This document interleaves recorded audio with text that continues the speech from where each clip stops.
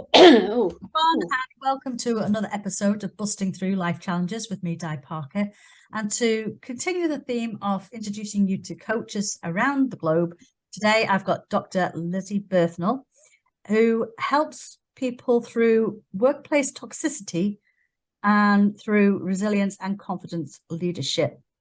So you call yourself a resilience, leadership, and confidence coach, Lizzy. Welcome, welcome, welcome. Thank you so much for joining me. much. Just a joy to be here. Thank you. Thank you so much. Tell us, Lizzy, what got you to this place, coaching? Why is it so passionate to you? Yes. Yes. So, yes, interesting. So thank you very much. So I'm a nurse and a midwife by background. So I've always been passionate about helping people. And in my, I spent 25 years in the army. And during that time in the army, I was always passionate about giving people a voice, whether it was patients when I was a nurse, women having their children when I was a midwife. And then latterly, I was senior lecturer and teaching, supporting students. And my last job, I was head of global nursing for the International Community in Military Medicine and supporting nurses globally with their confidence and their empowerment. Right. So when I did that, I was really passionate about giving them a voice. However, when I was back in the office, I didn't feel I had my own voice. And I came across quite a lot of toxicity. Right. And one day in 2015, April 2015, I decided enough was enough. This had to stop because it was rife.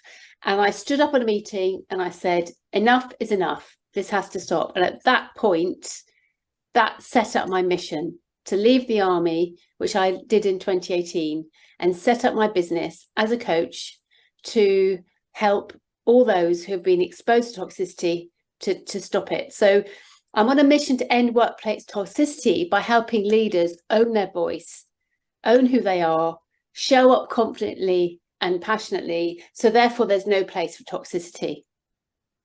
Wow. That's very empowering. Yeah, exactly. And I think the reason of the coaching was I decided I wanted to be a coach. And looking back on my career, I realized when I was doing my research, my qualitative research, when I was giving people a voice through publication and creating conferences, and obviously women and children and my nursing, I was probably having coaching conversations throughout my whole career and not even realize I was having coaching conversations. Yes. So it's a no-brainer that I wanted to become a coach. Yeah. Isn't it interesting that you get through a process of this, a training, this is how you coach, this is what you do. And then you spend the next couple of years trying to fit into that and then realize actually that's just the tool that you can step into your authenticity and be that amazing coach because you're doing it, you've done it, you've had the experience. And I think when people can relate to the fact that you've had that experience as well, I mean, that just helps them then find that safe place to open up to you and tell you what's going on, and then you can do the magic that you do. Yes, and I think I'm always very passionate about, the courage to be vulnerable. And I do share my story to give others sort of permission to share theirs. And I make it very clear I haven't got the answers. These are the lessons I've learned either through my own self-development, through my research, through supporting, seeing a bit of life. And I think, when I was in places like Afghanistan, I really needed my resilience. And so I've sort of lived and breathed it in all sorts of extreme circumstances, avalanches and coups and war zones and all sorts of stuff. So I think that's just like way out there. I mean, I can't even imagine living through that kind of thing. Fortunately, we're relatively stable here, even though perhaps our government could be a bit iffy. But I mean,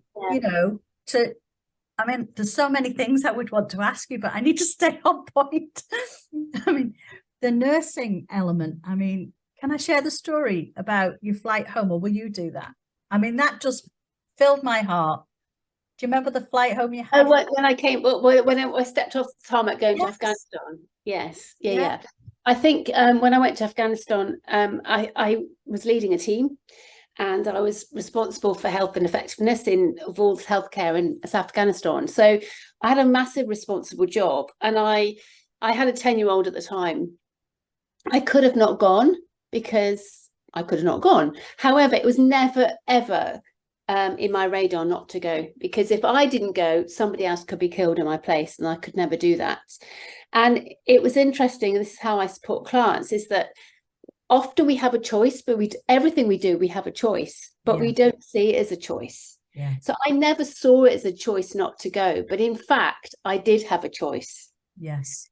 And I do remember standing on the tarmac, waiting to step on the plane, thinking, am I being a really irresponsible mother here? You know, we've had 6 years of IVF to have our daughter. She's so special.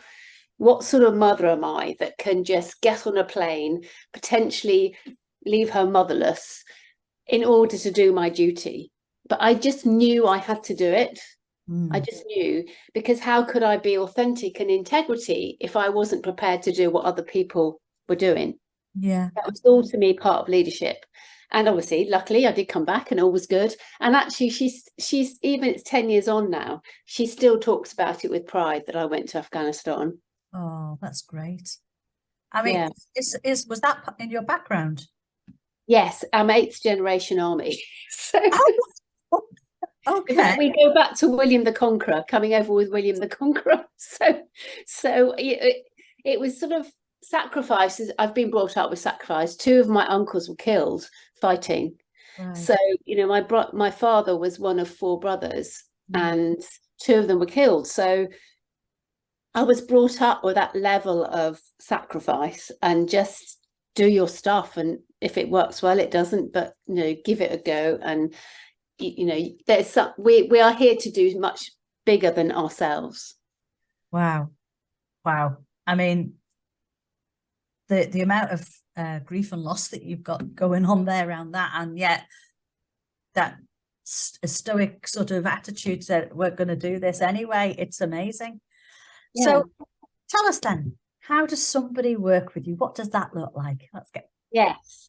So generally people, either I work with 2 groups of people: leaders who are kind of like heads of HR, that kind of level in big corporates, or they're business owners that just feel they're not showing up powerfully enough. And so they come to me because they're lacking confidence that they can do it. They know they're far more capable of doing what they do. And actually, when we unpick it, there's generally, they've been exposed to toxicity, which is often why business owners set up their own business in the first place, because they've had enough of being in that corporate world that can feel quite toxic. So they want to get away from all that to create their own world. Yeah. Also, the other thing I unpick lots of stories from childhood if they're ready to do so, because as I know, you know, our beliefs are set by the age of 7. And so it could be something as harmless as a teacher. You put your hands up age 6 and say, I've got an answer for a maths question, and either the teacher says you got it wrong, or says to you, well, actually give somebody else a go.